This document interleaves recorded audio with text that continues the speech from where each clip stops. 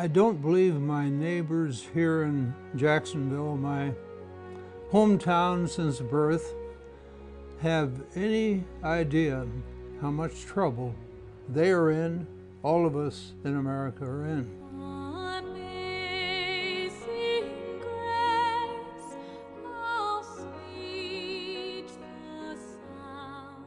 To my mind, we're in a period of crisis.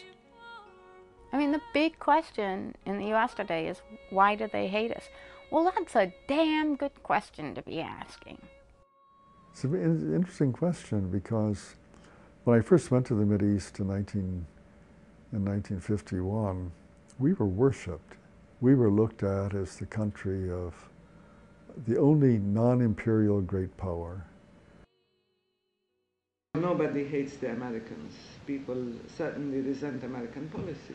We're in a deep hole because we're so heavily biased in favor of Israel, and the whole world knows it, and they're astounded by it. They can't comprehend why America, with its great cherished traditions, would close its eyes to the dreadful punishment that we have enabled Israel to inflict on virtually defenseless people. We saw that what the Israelis had done was lock the doors of several classrooms that were on the second story and then throwing tear gas canisters in so that the kids panicked, and when they finally got out, jumped over the balcony there and landed on an asphalt area below, breaking many legs. Anybody who's lived any amount of time in the Middle East begins to see the other side of it, I think.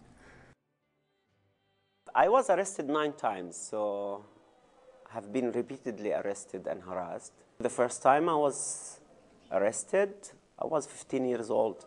The norm was physical torture. I mean, you get physically tortured until you faint, and then they will splash water in your face and start again. And that Israel calls moderate physical pressure. To me, it didn't look as moderate.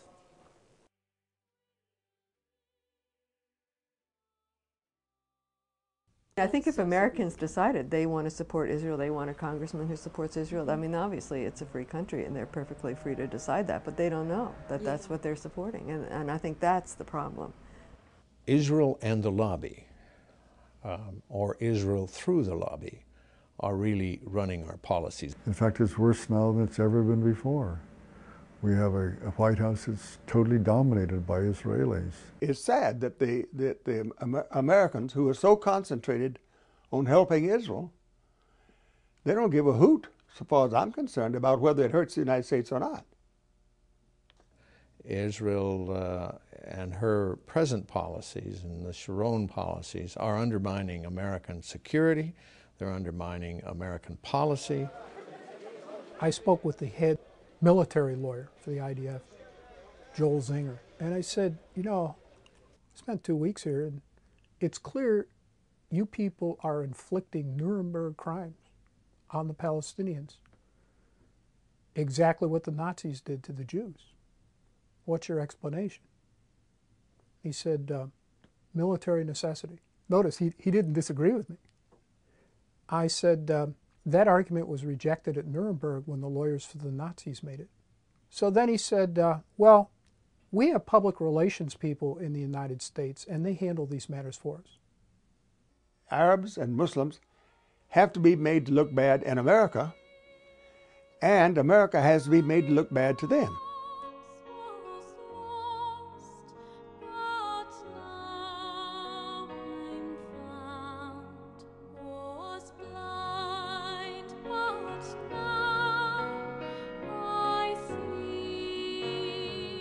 It is not too difficult to understand that bad things are going to happen to Israel, which I do not wish to see.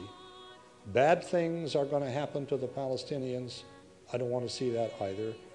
And bad things are going to happen to the Americans, and that, above all, is what I wish to avoid seeing.